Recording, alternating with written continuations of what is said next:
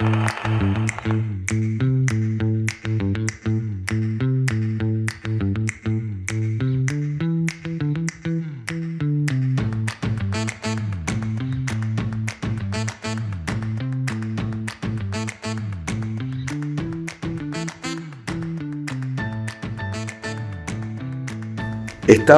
en Postmetrópolis dándole un lugar al futuro para conversar hoy sobre las campañas políticas, cómo han cambiado en los últimos tiempos, cómo la han impactado las tecnologías, el rol de la emocionalidad en las campañas políticas, las nuevas formas de comunicación, por qué las distintas generaciones construyen sentido de una manera diversa. Hoy vamos a hablar sobre las campañas políticas del futuro con Rosendo Grobocopatel. Un nuevo episodio de Postmetrópolis, un lugar en el futuro, hoy con una persona muy querida, con Rosendo Grobocopatel. Vamos a aprovechar tu presencia acá, Rosendo, para hablar probablemente del tema del que más se habla y probablemente del que menos se sepa. Cómo comunicar un producto político, ¿no? Y sobre todo, las tendencias hacia el futuro. Si hay tendencias que muestran que la comunicación política está cambiando, hacia dónde, qué demanda la población, qué ofrece el sistema institucional. Bueno, buenas tardes y hablemos de comunicación política. Bueno, hola Fabio, gracias, un gusto para mí también. Sos una persona que quiero mucho y es una persona que fue muy importante y es muy importante en mi vida, así que estoy muy contento de que podamos charlar un rato. Bueno, vos ocupaste un lugar de responsabilidad en una fuerza política relativamente novedosa, como era el PRO, en algún momento, de sistematizar la comunicación política, ¿no? Tomar un distrito, pensarlo, etc. Podés comparar ese trabajo, vos lo hiciste hace unos años, y era muy distinto, vos conviviste en Juntos por el Cambio, por ejemplo, con el radicalismo, que era una fuerza política que no tenía esta tradición. En esta comparación sobre el lugar que ocupaba la comunicación en la política, tu aprendizaje, tu visión, ¿cómo construiste ese proceso? Bueno, está bueno. Para mí, te digo varias capas. La primera, yo cuando les decía a mis amigos que coordinaba el equipo de comunicación del PRO, de otros partidos, del peronismo, el radicalismo, partidos más tradicionales, para decirlo de alguna manera, ellos decían como, bueno, este es el que escribe la gacetilla, ¿no? Un rol completamente secundario y irrelevante. En el PRO, la persona que lidera la comunicación es político y el rol es muy relevante. En el PRO siempre la comunicación es política. En general hay una idea muy tradicional del político, el político clásico. O sea, Lilita Carrió dio como ejemplo máximo de yo soy político, soy una voz autorizada, muy ofertista, ¿no? Contra esta época que es muy de la demanda, muy de la audiencia, muy de la gente, muy del consumidor, del otro lado. De esta idea como de yo tengo una idea que es elevada, que es sofisticada, que hay un atributo particular, en un oficio en el político, y que el que me marketea que haga que eso llegue. Esa es como la mirada tradicional de la política, ¿no? Como que esto lo vea mucha gente. Esto es una gran idea, lo pongo en una gacetilla y que eso salga y que se vea. No es necesariamente la forma en que lo piensa el PRO. El PRO piensa la comunicación como una forma de vínculo y de cercanía con el representado. Nuestro sistema no puede hacer, no es la democracia directa o esa cosa deliberativa que ni siquiera existía, pero en la antigua Grecia, digo, sino que es esta cosa de representación, y en esta distancia en la representación las redes sociales nos permiten una cierta cercanía con el votante, con el representado. En este caso vos planteas el caso de la Ciudad de Buenos Aires, con la persona que con el vecino. Entonces para mí el PRO reformuló mucho el vínculo del político con el ciudadano en Argentina. Tuvo una influencia que derramó a otros espacios, y esa disrupción claramente fue Marcos Peña y toda una forma de entender la realidad, pero Marcos Peña, Jaime Durán Barba, un equipo mucho más grande que ellos, digo, ellos como la punta de lanza, de repensar esta forma de vincularse entre la política y la sociedad. Cuando yo empecé a trabajar o a militar políticamente en el PRO, que fue en el año 2012, las cosas eran verdaderamente muy diferentes. O sea, la velocidad a la que cambian las cosas hoy es evidente, porque cualquiera que lo esté escuchando esto o viendo esto lo vive en todo el día. Hace 10 años capaz que Spotify era ciencia ficción. Y hoy es obligación. O YouTube, o ver un video en vivo, o el streaming en vivo. Y cuando nosotros arrancamos, cuando yo arranqué en 2012, no existía Instagram como idea. Y de repente, hoy te parece Instagram obvio. En la campaña de 2015 no existía TikTok. Las cosas eran mucho más fijas, era mucho más de foto. El video como es hoy, que es una época netamente audiovisual, no ocupaba el lugar de relevancia que ocupa. Esos entre tantos miles de cambios que me genera esta primera provocación que me hacías. Sí, te hago una pregunta. Y esta búsqueda de la cercanía, Sí. que produce una cierta asimilación también entre representante y representado, con todo lo positivo y todo lo negativo, ¿no la vació a la política de algo en términos de aquella oferta, el ejemplo de que yo tengo una idea, que vos me la tenés que traducir al gran público? ¿No se fue sesgando hacia la idea de que la cercanía resuelve la representación? Está buena la pregunta. Es como la idea plebiscitarianista o plebiscitaria de que todo lo que... antes de tomar una decisión le tengo que preguntar todo por una encuesta a la gente. Y veo qué piensa la gente, entonces decido eso. Eso es una mala forma de entenderlo, ¿no? Nosotros nunca lo hicimos así. La encuesta o cualquier forma de intentar entender a la población es un input, es una herramienta que vos tenés más. Y para salirme de mi partido e ir a algo más ecuánime, pero de alguna manera, dicen que Kirchner, antes de mandar la ley de matrimonio igualitario, decía que las encuestas le daban perdiendo 60-40, y él le decía a sus asesores, mandémosla igual, que la historia nos va a entender, o sea, que el tiempo nos va a entender. Y ahí hay como algo del rol del estadista, para poner de alguna manera, o del político interpretando. El político como parte de esa traducción. Sí siento que nuestra mirada, que es muy nostálgica de alguna manera del liderazgo, y no nostálgica, quiero decir como muy reivindicativa de esas personas, ¿no? Vemos a Sarmiento y decimos, no puede ser, ¿viste? Se te infla el pecho. Creo que borraba algunas partes, o sea, es como un recorte desde nuestra mirada para atrás, que no necesariamente era lo que pasaba en la época. Entonces yo no sé si eran gente tan genial. Era gente como la de ahora. Yo no me parece que la clase política se esté deteriorando. Me parece que ahora todo se ve más. Yo creo que hay grandes diputados. Y seguramente hace 40 años había grandes diputados y también había malos o irregulares. Tal vez se hablaba más formal y eso lo disimulaba. Pero yo no veo un deterioro necesariamente de eso. Entonces yo creo que hay que estar cerca para entender al representado y para gobernar en alineación con lo que la sociedad demanda. Sí siento que hay algo de lo epocal, este fervor del minuto, del segundo y demás, que obtura la posibilidad de resolver problemas, que a veces van más lento. Y nuestras instituciones son instituciones que van a otro ritmo, por diseño van a otro ritmo. Pensaba mientras vos decías como lo federalista, ¿no? ¿Por qué poner Washington en un punto intermedio, en una ciudad que no existía, y alejar a la gente del fervor del minuto a minuto del representado? Bueno, esta época rompió eso. Hoy el representante está pegado al representado todo el tiempo, y yo veo mucha gente en lo público, o en la conversación pública, o en los medios, o en el Congreso, que dice cosas distintas a las que piensa en privado. Y eso siento, o que tiene que actuar en fervor de su representación, ¿no? Ahora la época es mileísta, entonces todos juegan a ver quién es más extremo para la derecha. Pero hace 10, 15 años la época era kirchnerista, entonces todos jugaban a ver quién era más progre. Y creo que eso me parece que eso sí baja la calidad del debate. Entonces siento que el político tradicional está como en un momento como medio como tironeado por la época. Bueno, mira, dijiste cosas para mí muy interesantes. Yo sigo pensando que la representación es una distancia óptima, ¿no?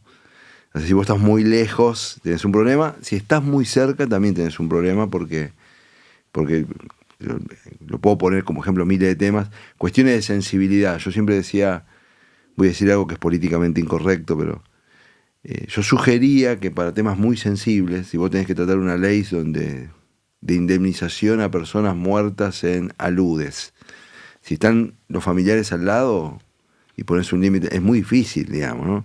Entonces decía, mira, con ciertos temas yo creo que hay que darle un tratamiento técnico, los familiares que vengan a una audiencia, y después votamos, porque no puedes votar con...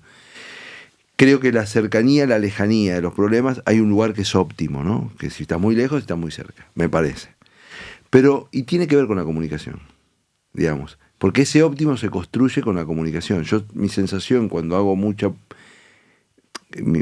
hablo con gente que se dedica a la política, y después hablo de política con gente que no se dedica a la política, es una distancia de lenguaje. Me siento un burócrata del poliburó, digamos, ¿no? Entonces, ¿no es ese, el rol de la comunicación es ese? Que la política no sea que vos seas un burócrata del poliburó y que la persona vea a un ser humano en su laberinto. ¿Es ese el rol? Mira, yo me quedaba una cosa pensando cuando arrancaste a hablar. Yo creo que también hay un ejercicio en la representación muy vinculado a la traición, ¿no? En eso que decís vos de la distancia óptima. Que para mí, la traición en política, entendida como... yo representaría más bien los intereses liberales, ¿no? De la Argentina, ¿no? Como una mirada a la Argentina integrada al mundo, de que el sector privado dinámico es muy relevante y de que el campo es un sector muy importante. Y yo tengo una legitimidad frente a esa representación. La traición a esa representación significa que pongo mi legitimidad de representante. En mi caso no es institucional, yo no represento a una institución, represento a mis seguidores. Y tampoco está tan claro cuánto representas o cuánto no.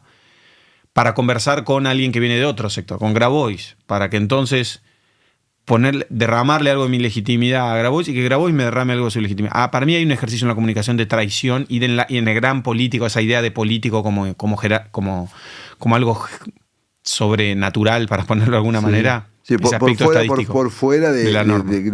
Que son las traiciones, la traición del acuerdo de Olivos, el pacto de Olivos, como una traición de cada uno hacia un lugar que para mí fue mejor para Argentina, ¿no? Me fui con esa idea que me quedó y la podemos seguir peloteando.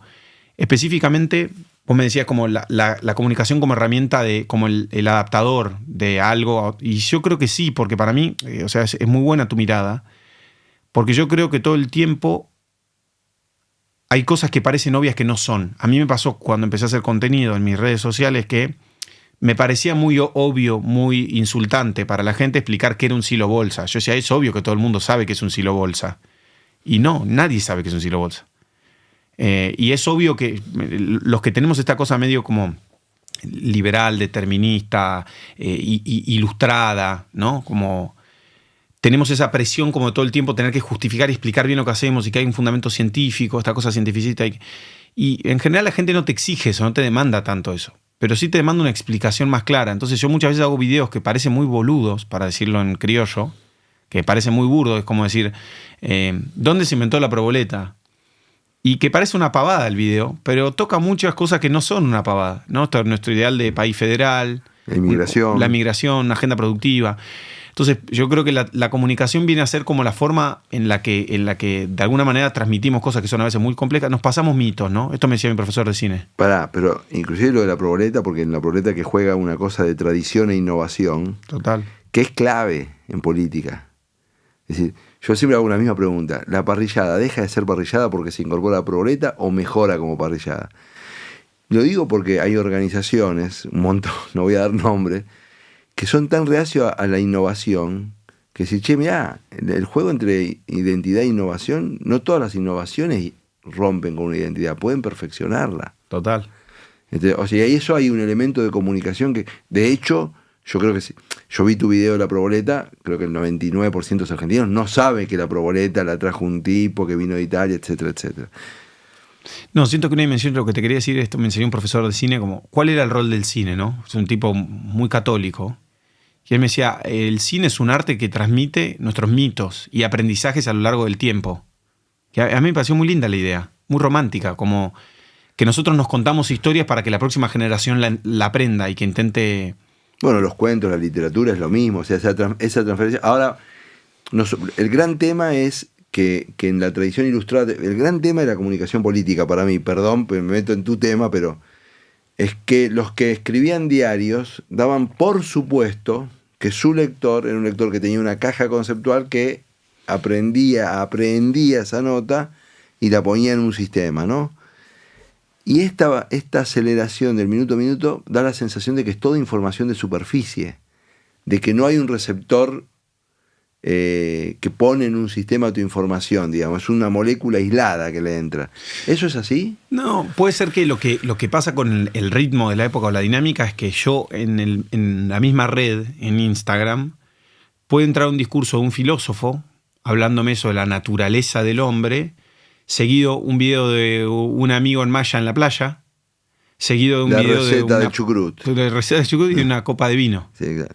Entonces, es verdad que estamos más eclécticos, más esquizofrénicos, poner de alguna manera, ¿no? Como todos más... eso sí siento que antes el formato obligaba, pero es verdad que era un formato menos inclusivo. O sea, hace 100 años la gente era analfabeta, no estaba alfabetizada. Y hoy parece obvio. Y creo que en esa época era como estamos hablando de menos gente. Hoy hablamos del mundo en general y de toda la población. Y en esa época hablamos de un pedazo de población, ¿no? Que la democracia griega eran los que eran ciudadanos de la democracia griega. Y hace 100 años las mujeres ganaban sus derechos a votar en muchos lugares. O sea, las mujeres no eran parte de la conversación. Entonces, creo que hoy hablamos de un aspecto más amplio y es verdad que es todo un poco más ecléctico. En ese momento vos abrías un diario y leías, sabías que estabas leyendo, y estabas consumiendo información y había ese único registro. Y dialogaba con la época, ¿no? La monogamia era la única opción, o era la opción, el resto eran desviaciones. Sí, sí. Había un montón de variables, nosotros los hemos conversado. Trabajar o estudiar, y sin frontera, ahí bien tabicado, ¿viste? Exacto. Sí. Y creo que hoy eso está todo más mezclado y que es una complejidad. Nosotros vivimos una época, para mí, por definición, más compleja, ¿no?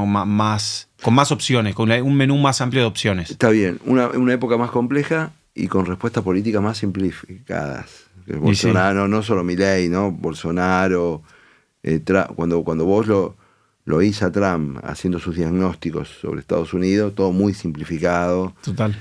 Meloni, Orban, Erdogan, etc. Entonces hay una paradoja, ¿no? De complejidad en el problema y las respuestas, entre comillas, exitosas en este sistema de competencia que tenemos, que se llama democracia electoral, las respuestas simplificadas.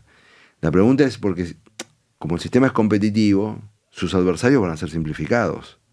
O sea, cuando ves que ganan el otro de esa manera, ¿eso puede producir una crisis de legitimidad democrática? Está bueno. Para mí, te digo varias cosas. Para mí no es contraintuitivo, es intuitivo que si los problemas son más complejos, las respuestas van a ser más simples. Porque la gente necesita certeza en un mundo que fluctúa a esa velocidad. Claro. Yo creo que la democracia tiene una profunda crisis de deslegitimidad, ¿no? O sea, hoy la mayor parte de la población del mundo vive en regímenes no democráticos, 55%. Y democracias perfectas creo que categoriza el 8% de la población. Y algunos no democráticos con alto índice de satisfacción. Total. El caso de China, ¿no? Es el ejemplo. La gente está conforme en China, en general. No sé si puede elegir no estar conforme. Bien, no conozco tampoco. Y ellos no conocen tampoco. Otra cosa, claro. Y hasta culturalmente, esa cosa confuciana, ¿viste? Esa filosofía más del respeto a la jerarquía, a la autoridad, al adulto. Me imagino que es distinto. Pero creo que parte de la deslegitimidad de la democracia tiene que ver con la democracia te exige mucho. Esto es una idea que yo se la escuché a Martín Bomer, que es un amigo abogado, y él dice esto: la democracia te exige demasiado, te exige que te eduques, que seas ciudadano, que actúes de buena fe, que vayas a votar, que te informes de los temas. Entonces te exige de verdad, fuera de joda, te exige mucha democracia. Es el mejor de los sistemas que existen, ¿no? Y yo creo que, viste, hay gente que dice es el peor de los sistemas, pero es el mejor de lo que existe. Yo creo que es un muy buen sistema, no está para nada mal la idea. Y hubo gente que lo pensó cientos de años para llegar hasta acá. No lo desplazaría tan rápido.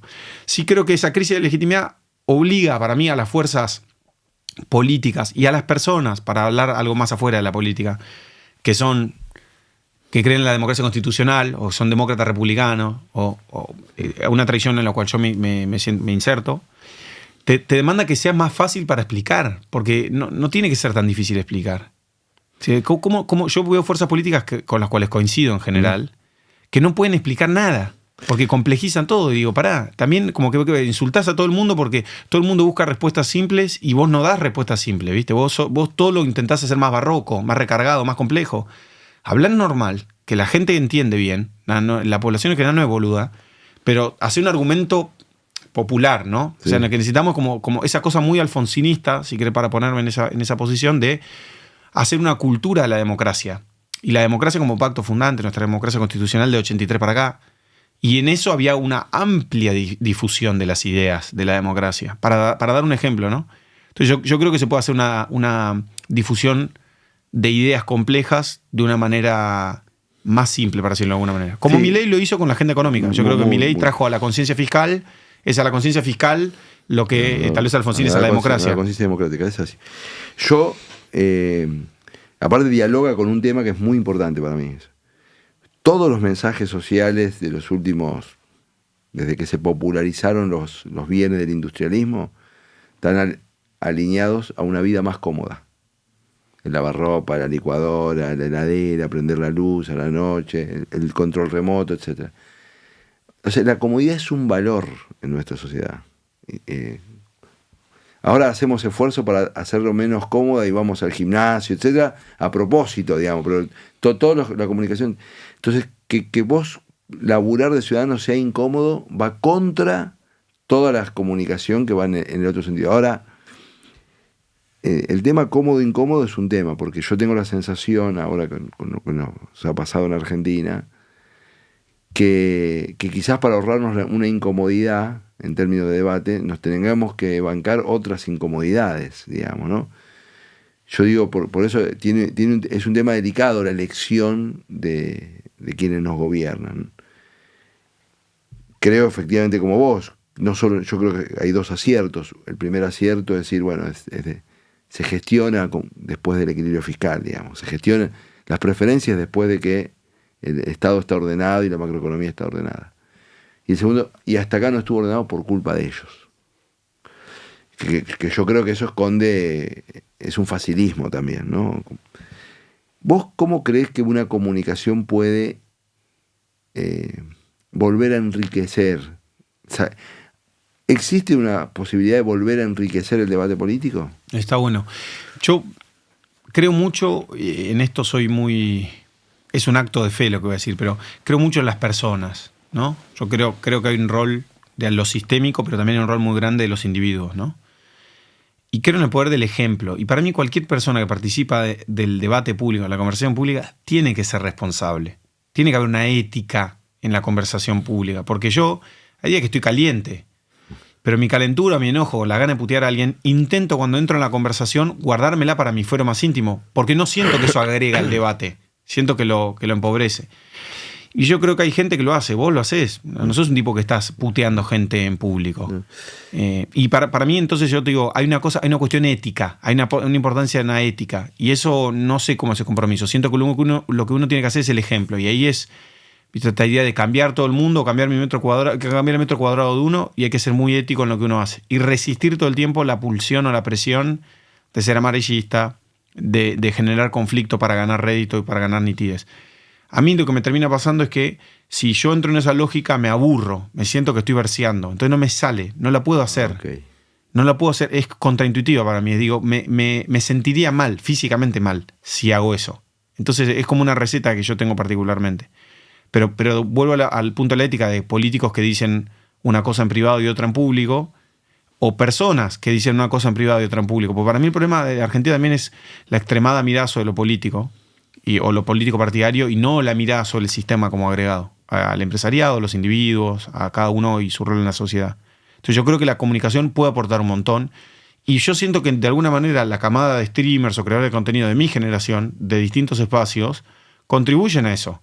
Pienso en los herederos de Alberdi, que son libertarios, pienso en Tomás Rebord, que es peronista, y pienso en Pedro Rosenblatt, con distintas trayectorias o formatos, siento que agregan a una conversación pública más dialogal. Y creo que muchos han girado hacia una mirada más dialogal, más de escuchar al otro. Y veo una generación que le gusta conversar con el otro. Hay tensiones, hay fricciones, pero veo una generación que le gusta conversar con el otro. De hecho, yo invito a mucha gente del peronismo, del kirchnerismo, y me divierto, aprendo. No lo quiero destruir, lo quiero entender, y quiero que esa otra persona tal vez entienda cómo pienso yo. Entonces yo veo una cierta esperanza en la charla con el distinto, a pesar de que hay un montón de ruido, que es verdad. A mí me tocó muchas veces ser parte como de la tormenta memética o del troleo en redes sociales, para decirlo de alguna manera, que no es divertido. Para nada. Pero intento aislarme de lo mío personal y digo, bueno, al margen de eso, siento que igual hay cosas abajo que están buenas que están pasando. Bueno, llegaste a un punto, yo creo que uno de los resultados indeseados de este modelo de comunicación que la tecnología ha impulsado, etcétera, son los que se retiran de la conversación. Total. Yo conozco mucha gente muy interesante, muy inteligente, que le preguntás y dice, no, yo no tengo ni Twitter, ni me quedé con el Facebook por la familia, etcétera. ¿No sentís que este modelo de comunicación es expulsivo? Sí, siento que tiene dos partes, ¿no? Una que es Porque vos señalaste lo inclusivo, sí, ¿no? Que es real también, ¿no? O sea, gente que era un vecino, que se enteraba de las cosas, que 10 personas se enteraban por día y que ahora abrió un Instagram donde pone las cosas de su hijo del colegio y se enteran 1000. Sí, multiplicó por 100 su capacidad de incidencia, digamos, ¿no? Es súper democrático. Pero también personas que antes decían cosas en las que se enteraban cientos de miles y que bajo este formato se retira. Sí, yo creo que pasa, pero es muy específico eso que decís vos. Yo creo que en el universo general de la conversación o de la esfera pública, la gente decide pasar la clandestinidad frente a eso, ¿no? Entonces, en vez de llamarme Fabio Ketlas en Twitter, me llamo @ sí, claro. el Vengador Anónimo. Claro. Y entonces ahí se desatan tus peores tus peores morales, ¿viste? Sí, claro. Entonces yo siento que hay un incentivo medio negativo. Yo creo mucho en poner la piel en el juego, ¿no? En que yo hablo y la gente sabe quién soy. Listo. Sabe quién es mi viejo, sí. Sabe dónde vengo. Sí, está claro. Y entonces yo tengo un cierto accountability. Tengo que tener un cierto vínculo con lo que digo. No puedo ser un irresponsable absoluto. Vivir en sociedad y en comunidad demanda una parte de responsabilidad que es un bajón, es aburrida. Porque a mí me encantaría estar en calzoncillo ahora, pero estoy en jean. Porque estoy conversando con vos, porque hay un video. Te permití llegar a la remera. Claro. Ahí te permití. Pero quiero decir que para mí el riesgo más es la clandestinidad y la pérdida de riqueza del debate público por ese pase a la clandestinidad. Entonces, donde vos conversás desde distintos lugares. Porque nosotros dos tenemos un pacto acá que ninguno va a agredir al otro y estamos conversando tranquilos. Pero en redes sociales vos de repente estás conversando diciendo a mí me encantaría que las cosas funcionen mejor. Y el otro te dice un insulto, por decirlo de alguna manera. Entonces decís, pará. Rata. Sí, estamos en dos. Perdón, y aparte ahora hay una pedagogía. Yo lo digo, me parece que fue un error del presidente que me dice, no, pero representa las emociones de lo que lo votaron, etc. Sí, yo digo, no, y aparte yo, viste, cultivar lo que sembrás. Sí. Pero yo no lo juzgaría como algo casual, ¿no? Hay gente como que quiere pensar que hay una casualidad. Yo creo que hay fuerzas políticas que construyen lo agonal, es una forma de acumulación. Porque necesariamente, vos sos hincha de Independiente, puteás a los de Racing, la gente de Independiente te va a querer más, va a decir, este es más representativo y claramente. Yo creo que el kirchnerismo y el mileísmo o las fuerzas del cielo replican un formato de construcción política muy parecido, que tiene que ver con lo agonal como forma de acumular. Que entonces transforman una debilidad, Néstor asumiendo en el 2003, o Cristina después en conflicto con el campo, para hacer la parte más extrema del kirchnerismo, y Milei al principio de entrada entiende que si conversa, pierde. Que tiene que ser nítido en que hay un malo allá y en lo agonal. Entonces a mí me pasaba, vos te pasó dentro del Congreso, pero mucha gente que quería ayudar a que la ley base sea mejor, que era como era un escarmiento. Como no, vos sos lo peor de lo que hay. Y yo te estoy ayudando porque esto me parece que podría ser mejorado. No quiero que me ayudes porque si me ayudas a mejorarla, soy parte de un sistema. Me contaminás, sí. Entonces para mí, en lo agonal como forma de construir, en lo conflictivo como forma de construir, yo veo un germen muy negativo y no lo veo un error. No es que digo, bueno, no puedo diferenciar la forma de Cristina de la forma de Milei porque esa forma es su forma de acumular. Siento que es inteligente, ¿eh? No minimizo el rol en su inteligencia comunicacional desde mi rol como si querés poner de especialista en comunicación política, pero sí no lo veo interesante en mi rol de político, porque yo digo, esto no sé si nos deja una mejor Argentina. Nos deja una Argentina que todo el tiempo busca como el conflicto como forma de acumular. Y es muy choto eso. Porque aparte después cuando te conoces con la gente te das cuenta que somos bastante parecidos todos. Los argentinos tenemos cosas hermosas que los seres humanos en general, digamos. Eso ni hablar. Sí, no, y aparte, bueno, pero se ha perdido, y este es un tema, volvemos a la comunicación, porque vos ves en otros planos de la comunicación, en la comunicación comercial, es muy común ver que una marca dialoga contra la marca, y bueno, ellos atienden a los ricos, pero nosotros somos la marca más popular, y eso está en las piezas comunicacionales, etcétera, se acerca un pluralismo, digamos, ¿no? De que se atiendan gustos, mercados, posibilidades, alternativas. Vos sos más innovador, yo soy más conservador, y este producto es más conservador, y entonces te hacen una pieza publicitaria, etcétera.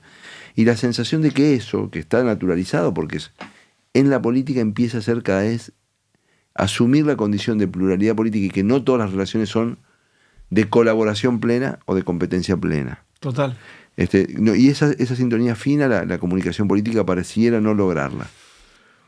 Es un buen punto. Siento que por eso digo que para mí un gran desafío de las fuerzas políticas Perdón, y creo que fue una de... No se lo trata esto, pero fue una de las debilidades Juntos por el Cambio. En el radicalismo, por ejemplo, que es como que nos subordinábamos. Entonces, yo digo, no nos subordinamos. Bueno, pero ellos no se subordinan, es que tampoco se tienen que subordinar. Y nunca se encontró el tono de que podemos ser parte de un proyecto político que sea un paraguas y competir ahí adentro. Sí. Nunca se encontró. No, para mí se encontró. O sea, el 2015-2019 fue muy virtuoso. O sea, lo que se rompió fue el post, porque ese proceso tenía que seguir floreciendo y se cortó de cuajo porque empezamos a hacer mal lo que hacíamos bien y empezamos a hacer Y seguimos haciendo mal lo que hacemos mal. Claro. Entonces, para mí, ahí había un momento virtuoso. Yo siento que las fuerzas políticas de centro, vuelvo a decir, uso centro como espacio geográfico, no es representativo, no quiere decir nada el centro, ¿no? Como idea. En general, son complejas para explicar. Y no tenemos tanto ejercicio. La gente se da por vencido muy rápido. Entonces, acá hay una disciplina en intentar convencer. Y todos se cansan muy rápido. Entonces, si le va mal a la oferta política de centro, entonces nos damos por vencidos. En vez de pensar qué es lo que hay que hacer. Y hay que ser... a mí me gustaba una idea mucho de mi viejo, que siempre teníamos discusiones sobre el gobierno de Macri, y él me decía, hay que ser intensamente gradualista. Sí. Me parece genial esa idea. Porque que vos seas centro no significa que sos aburrido. Yo puedo ser un zarpado, puedo ser un histriónico, puedo ser un verborrágico total defendiendo por qué las ideas del centro funcionan. Y es mi estilo, no tenés que ser todo sepia en todo. Yo creo que eso a la larga es mejor. Y yo si me tengo que agarrar a piña no tengo problema, argumentalmente digo, ¿no? Pero creo que en general las fuerzas más moderadas, para decirlo de alguna manera, no me gusta esa idea, pero tienden como esa cosa de como que... todo se pinta del mismo color, ¿viste? Es como medio Santiago Kovadlov, ¿viste? Tenés que ser grande para hablar de esto. No, puedes tener 18 años y pensar esto. Lo que pasa, hay un tema, hay una debilidad del reformismo político, no en la Argentina, sino en el mundo, que es contraintuitivo la idea que más de algo bueno no necesariamente es mejor. Entonces, vos llevas adelante una iniciativa política y en algún momento te autolimitás, ¿no? En esa iniciativa política. Y dices, si era buena, ¿por qué te autolimitás? O la idea de que una solución pacífica de segunda opción es mejor que la opción excelente en conflicto. Uh-huh. Y el reformismo político tiene mucho de eso, y eso las sociedades tardan mucho en entenderlo, para mí. O sea, sí, o les pasa España, la España transicional, que fue una España cuerdista, es después de 40 años de dictadura. Sí, pero pedagogía. Pedagogía es fundamental, y no hay un ejercicio de pedagogía. Porque en general me parece que también inclusive creo que se valoró durante mucho tiempo, y ahora tal vez hay más conciencia, muy poco la comunicación desde estos espacios. Yo creo que los espacios más extremos se arrojan al delirio comunicacional porque es la única ventana que tienen, ¿no? Y yo creo que el centro democrático en general siempre tiene otra opción. ¿Viste la gente que tiene otra opción? Entonces no deja su vida. Es decir, la última pelota en el último minuto... Ahora se ponen a tirar bombazo al área, viste que los partidos eso que en los últimos 10 minutos pasa todo, y los 20 anteriores, y daba la sensación de como que podía pasar algo distinto, que había una opción. Yo creo que las fuerzas políticas más extremas no tienen otra opción. Entonces, ¿qué es? Me juego la vida en esto. Y el resto tiene siempre otra opción. Y las fuerzas políticas del centro democrático tienen siempre esa cosa moderada, como de, no voy a ir a fondo porque, tranquilos. Pero yo creo que tiene que haber una pedagogía. Al fin del día la gente es más parecida a ser más normal que a estar en la locura absoluta del sobregire gramsciano, ponele, ¿no? Entonces hay que hacer un argumento. Más respeto. Sí, no, pero hay que hacer un argumento de defensa real de la democracia. Yo creo que la democracia corre peligro, no es joda. No, y ahora, vos fíjate que la narrativa de Milei, si a Milei le llegara a ir mal... La culpa es de las instituciones, del Parlamento, de la casta. O sea, el post-Milei podría ser un tipo que en la campaña diga voy a cerrar el Parlamento, digamos. Que en la campaña lo diga. Yo creo que Argentina tiene anticuerpos particulares. No creo que esté en riesgo la democracia en Argentina. Creo que está en riesgo la democracia como idea en el mundo. Porque si en el mundo todas las instituciones democráticas tienen una pésima legitimidad en países donde vas a Francia, vas a Alemania, Inglaterra, pero Estados Unidos. Pero el verdadero riesgo, inclusive el verdadero riesgo no es esa amenaza afuera, el verdadero riesgo es que no nos animemos a cambiar la democracia para hacerla mejor. O sea, uno piensa en el riesgo del que va a demoler el Congreso, pero hay un riesgo también de dejar el Congreso como está, ¿no? O sea, porque hay una parte de la fortaleza de los demoledores que es que las instituciones no están funcionando óptimas. Te doy un ejemplo muy bueno, me encanta lo que decís. La SAD, Sociedades Anónimas Deportivas, que ahora es uno de los grandes temas de conversación, ¿no? Entonces yo hay dos grandes argumentos y yo quiero ponerle un matiz al medio. Está el más nostálgico que dice los clubes cumplen una función social. No traigamos la guita acá al medio porque se mezclan los intereses, es un quilombo. Y está el otro que dice el mercado funciona mejor asignando recursos que el hipismo, el cooperativismo. Ponen los dos extremos, ¿no? Sí. Y poner que gane la SAD, ¿no? Que gane el proyecto anti-SAD, que es una cosa que sería muy obvia en Argentina, porque Argentina es un país corporativo que no le gusta cambiar. Entonces, en general, gana status quo. Yo sí hay una ruleta. Y tengo que, no importa qué problema, tráeme cualquiera. Si va a ganar status quo el cambio, en Argentina va a ganar status quo. 70% En general. sí. En general.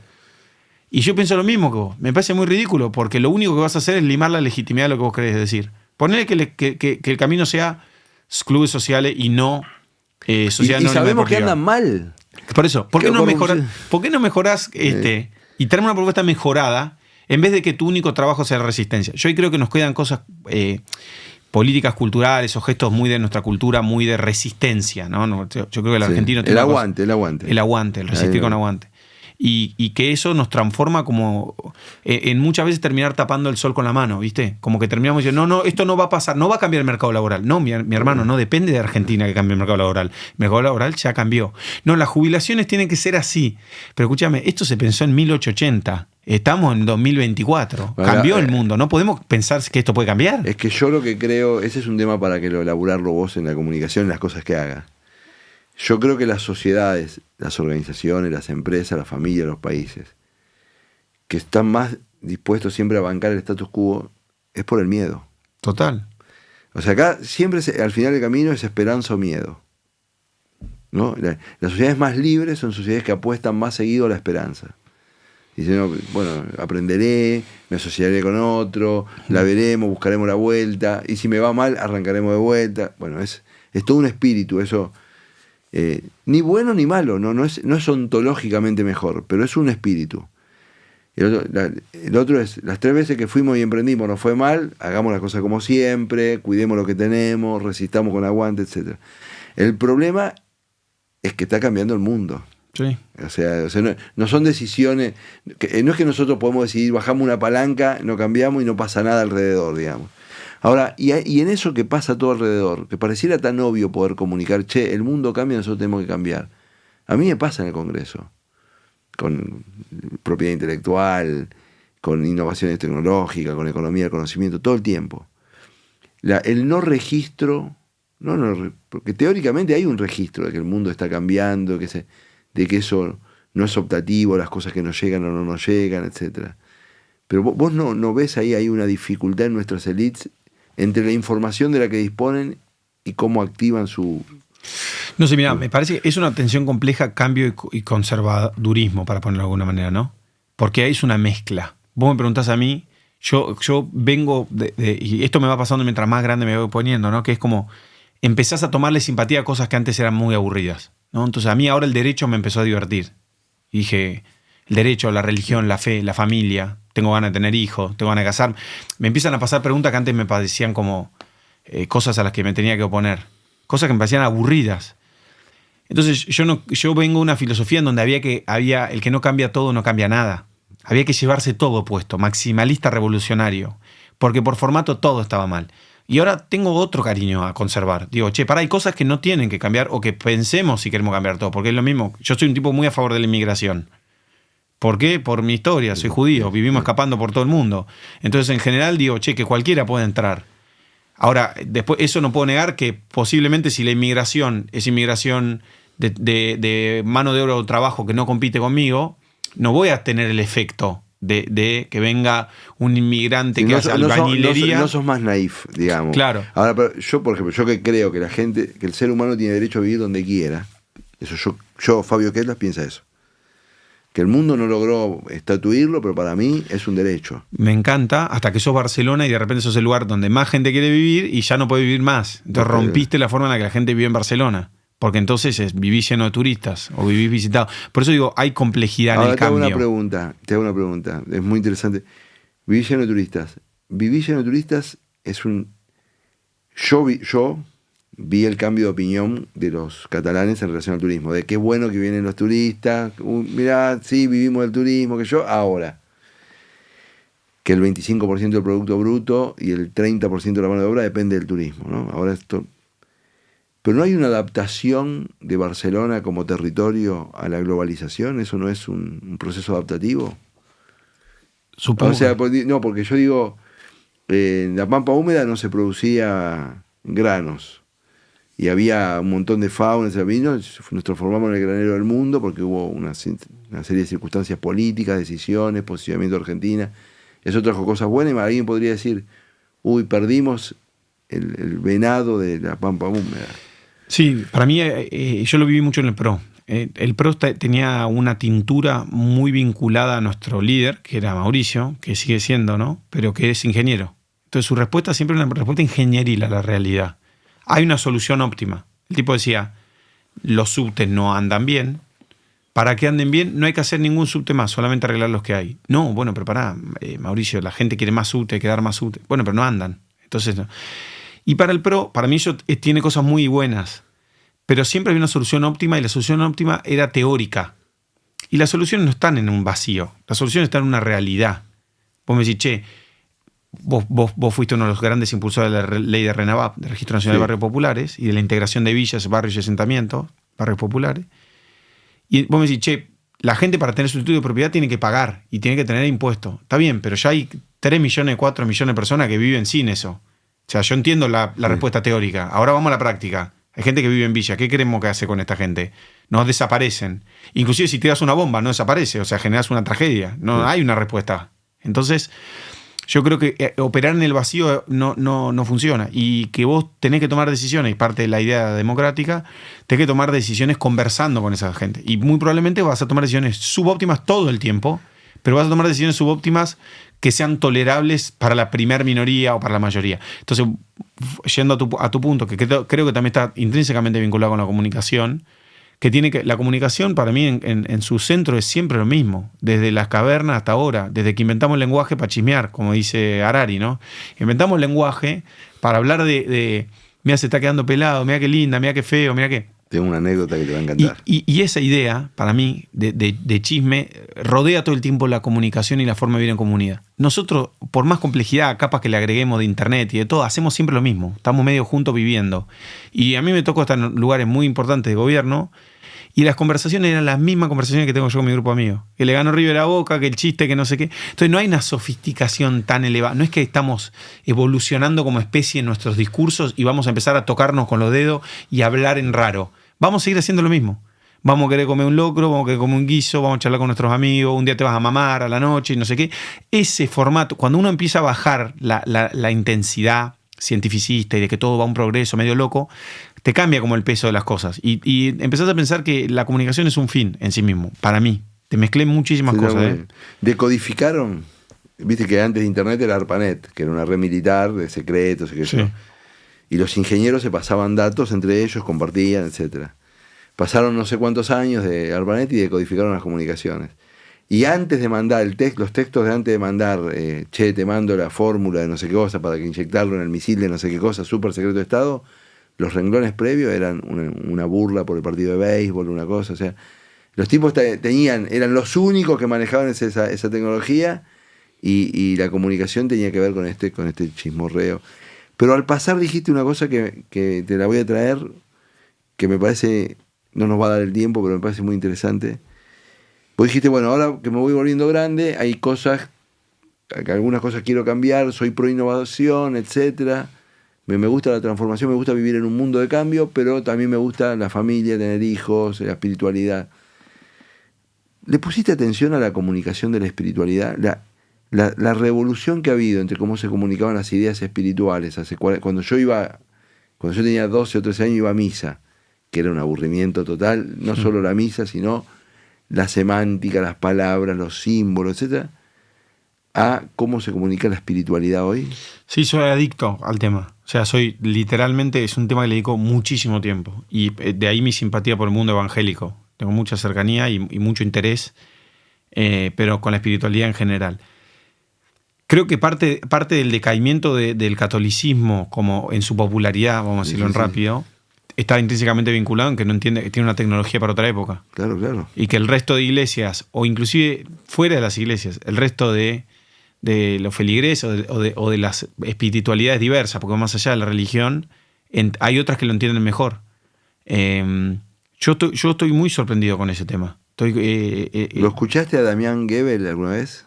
Lo conozco, no escuché. Entiendo que es el que lo representa Pergolini. Y es un pastor. Un tipo que tiene un pastor, una iglesia en Los Ángeles brutalmente enorme. Yo lo escucho, él habla una hora, cuando habla hace su sermón. Vende estadios, ¿no? Es un tipo que llena estadios. No. Tenés que escucharlo.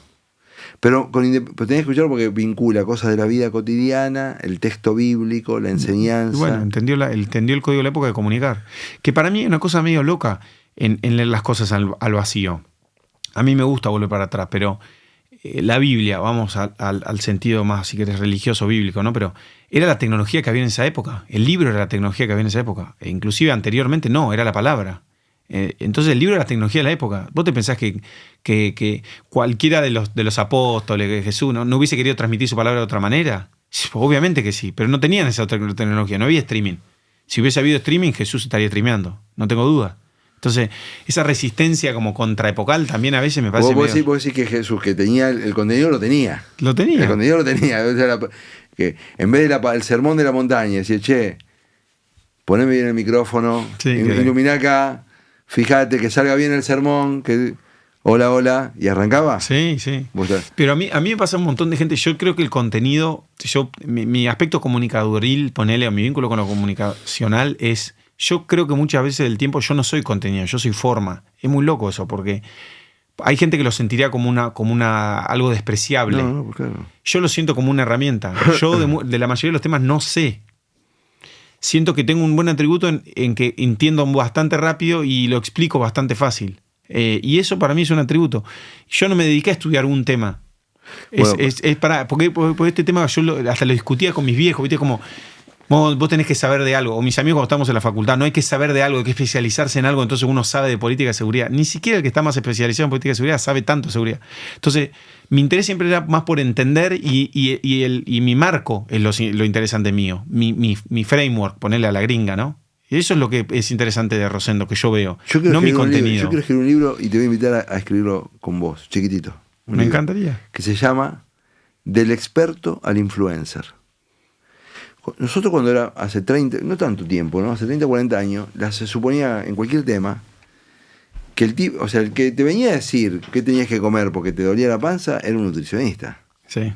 ¿No? Vos tenés claro hoy que hay una cantidad de gente, mucha, que da información de muchísima calidad, que no es nutricionista, en Instagram, en TikTok, en Twitter, etc.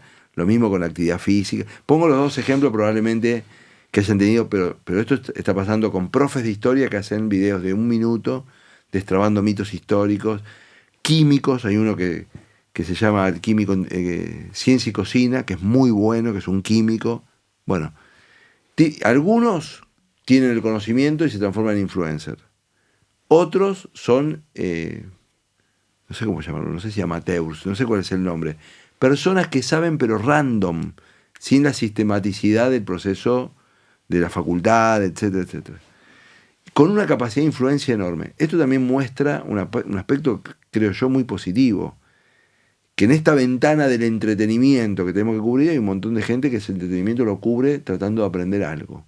En el formato más adaptable ahora, que es 1 minuto en el subte, que llego a casa antes que llegue mi marido, me miro un video de 4 minutos, etc. Creo que hay un cambio de cultura grandísimo ahí. O sea, de construcción de legitimidad, que antes alguien tenía que ser un experto. No digo ni que sea bueno ni que sea malo, seguramente tiene ventajas, una cosa y desventajas. Pero esto de pensar que tengo que generar algo consumible masivamente, está en una clave de época. Sí, total. Para mí hay una conciencia muy grande, volviendo al principio de oferta y demanda, hay cada vez más conciencia vinculada a la demanda. A que del otro lado alguien lo va a consumir o le tiene que interesar. Y que tiene que ser muy interesante. Antes siento que había tabiques o había ventajitas, había escaloncitos que te ayudaban. Esos escaloncitos era que tal vez vos escribías horrible, pero si lo publicabas en La Nación y en la tapa la gente lo leía porque no había otra vuelta. Hoy el algoritmo es distinto. O sea, el algoritmo, si vos haces algo, no importa si sos La Nación, no importa si sos una cuenta que tiene 10 millones de seguidores, si sos Messi, si no está bueno lo que vos haces, la gente no lo consume. Entonces para mí hay algo ahí que hay muchísima cercanía entre el creador y el consumidor, muchísima más que nunca, y también entendido porque muchos de los consumidores también creamos, más que nunca en la historia. Entonces rompimos la pantalla. Y ahora, el otro día alguien me decía que hay 1.600.000 influencers en Argentina. No, es una locura. No puede ser. Sí, 1.600.000 personas con más de 10.000 seguidores en distintas redes sociales. Pero acá pusieron el rubro en 10.000. Claro, bueno, pero es, wow, yo digo 10.000, ¿viste? En mi época 10.000 era como, wow, ¿viste? Sí, sos sí, tweet sí. star, ¿viste? No, está claro. Y ahora de repente tenés 100.000 seguidores y ¿qué? Vos sos uno más. Y es una locura. Entonces, creo que cada vez hay mucha más fluidez entre el creador y el consumidor y también hay más conciencia que el del otro lado le tiene que interesar. Porque también, como competís, hay tantos productos tan geniales. Yo consumo cosas, el podcast de Sebas Hueliciesco, de desarrollo, que vos estuviste entrevistado. Estuve. Me parece un productazo. Las conversaciones muy interesantes, los invitados muy interesantes. Y probablemente ese formato no sea popular en que lo ven cientos de miles. Pero tal vez podría ser popular para cientos de miles, porque hay gente que le interesan esos temas. Y nada, todo el tiempo es un trabajo de packaging, ¿no? La comunicación, en alguna manera, tengo un amigo que me dice que YouTube no es una plataforma de video, es una plataforma de packaging. Por eso vos vas a ver una conversación con el mismo entrevistado en 5 canales y una ven 2 millones de personas y la otra 50.000, porque se empaquetó distinto. Entonces hay algo de la venta de la época de estar vinculado al consumidor que te demanda todo el tiempo estar intentando reempaquetarte todo el tiempo. A mí me pasa un ejercicio que hago, que es que cuento lo mismo 5 veces, hago 5 videos hablando del mismo tema y los 5 videos enfoco de un lado distinto y funciona diferente. Entonces en uno hablo hablando a favor de Roca y digo, qué genial que era Roca. Roca fue un gran presidente de la historia de Argentina. En otro entrevisto a un historiador, hablamos de Roca y en otro pregunto, ¿y Roca era un asesino o era un gran presidente? Veamos. 3 veces hablo del mismo tema de distinto lado, cambié el packaging, el contenido es lo mismo, cambia la forma. O sea, la comunicación te demanda mucho más de eso. Y hay mucho más testeo, ¿no? Mucho más AB, mucho más pruebo una forma, pruebo otra forma, por una forma, por otra forma. Entre otras cosas, porque ese testeo hoy es muy poco oneroso. Totalmente. Vos imaginate que en el diario La Nación te dan, dice, bueno, para probarlo vamos a poner, y una editorial, tenés 365 editoriales al año. Claro. O sea, te tirás una bala enorme. Entonces, ese testeo a vos te va mal, a la media hora sacás el otro video. Chao, claro. Lo bajás, listo. Y ese es un punto. Me parece a mí que la osadía comunicacional también es hija de que es muy poco oneroso entrar, salir, cambiar, modificar. Para las personas como yo es un problemón, porque yo soy un miedoso, ¿viste? Entonces veo las cosas 10 veces, y todo el mundo te dice, tenés que hacerlo correr, y después ves, qué sé yo, y te fijas. Pero bueno, es una cultura, y yo creo que es una cultura que nuestra generación aprendió a tomar decisiones, a conversar en un contexto de determinada rigidez, y eso me parece que es difícil aprender. Para mí, estoy tratando de aprenderlo, pero que los pibes están en otro contexto mucho más flexible de sus opiniones. Cambiar de opinión hace 50 años y ahora. Tenías que ir a un escribano para cambiar de opinión. Claro. No, y ahora empezaste la fiesta tomándote el primer Campari siendo liberal, y en el cuarto Campari capaz que ya te cantando una marcha peronista. Claro, exactamente. Bueno, y eso es un desafío que la política también yo creo que nos cuesta incorporar. Decir, yo estaba a favor de esto hace 20 años y por esto decidí cambiar y hacerlo público. Hace menos. La podés cambiar de opinión mucho más rápido que 20 años. Claro. Podés cambiar de opinión en 2 años. Pero por eso el tema, para mí hay algo del formato, de la filosofía política en donde yo me siento como cómodo, que es el liberalismo, que tiene que ver con la duda como un componente central. Yo parto a la conversación con un paquete de ideas del cual estoy razonablemente seguro. En una estoy muy seguro. Hay una sola que es una máxima absoluta, que es el respeto al prójimo y que es intentar entender cómo piensa el otro, como un acto de buena fe, de que el otro puede decir algo que me puede cambiar la opinión y demás. Pero pues en el resto de las cosas no estoy tan rígido. Yo creo que el mercado es genial y que el capitalismo es el mejor sistema que existe. Pero también veo que hay cosas del capitalismo que no están copadas. ¿Crees que hay falla de mercado? Claro, pero obviamente, la desigualdad en caso extremo, el pasivo ambiental, hay un montón. Eso es un resultado en cualquier caso, pero un ejemplo que nuestro común amigo Mariano, vos te comprás un alfajor de chocolate lleno de azúcar y un brócoli, valen lo mismo, porque no está internalizado la diabetes que te produce el alfajor en el precio. Entonces después te tengo que curar de diabetes por el alfajor, pero en el momento que tuviste que hacer la elección valían lo mismo. Sí, está bueno. Eso es un ejemplo. Hay un montón de ejemplos de fallas intrínsecas, digamos. Pero por eso, para ir cerrando y no hacerla larga, creo que hay un sistema en esa filosofía de vivir, para mí, que es intentar ser una buena persona en mi metro cuadrado. Intentar ser una buena persona. Me equivoco, hago cagada todo el tiempo, ¿no? Porque soy humano, pero intentar entrar a la comunidad, que es la vida pública, la conversación con otros, con buena fe y buena leche. Intentar ser una buena persona con el resto y después tener una cierta flexibilidad y respeto con las ideas de los demás. Después hay cosas, obviamente, en las que te vas a poner rígido. Yo estoy hablando acá muy tranquilo, pero yo después creo que el déficit fiscal es uno de los grandes problemas que tiene Argentina y que la inflación hay que resolverlo. Y si alguien es medio terraplanista económico, voy a decir, sos un terraplanista económico, ¿viste? O sea, esto no lo piensa nadie, lo piensa vos y 5 locos más. Que no quiere decir que no sea convincente en lo que pienso o que no sea determinado en lo que pienso. Pero sí te guardo un margen de duda. Para todo, guardo un margen de duda. Vivo así, yo vivo así, no conozco otra manera. Me dolería la panza de vivir de otra manera. Bueno, esa es la vacuna contra los autoritarismos, ¿no? La duda es la única vacuna contra el autoritarismo. Bueno, Rosen, ha sido un gusto compartir esta conversación con vos en Postmetrópolis. Sabés que me encanta conversar con vos, que podríamos seguir 2 horas más y seguramente va a haber oportunidad para hablar de otros temas. Muchas gracias. Gracias a vos y a todo el mundo que estuvo escuchando y nos queda el libro pendiente. Ahora lo dejamos de compromiso. Dale.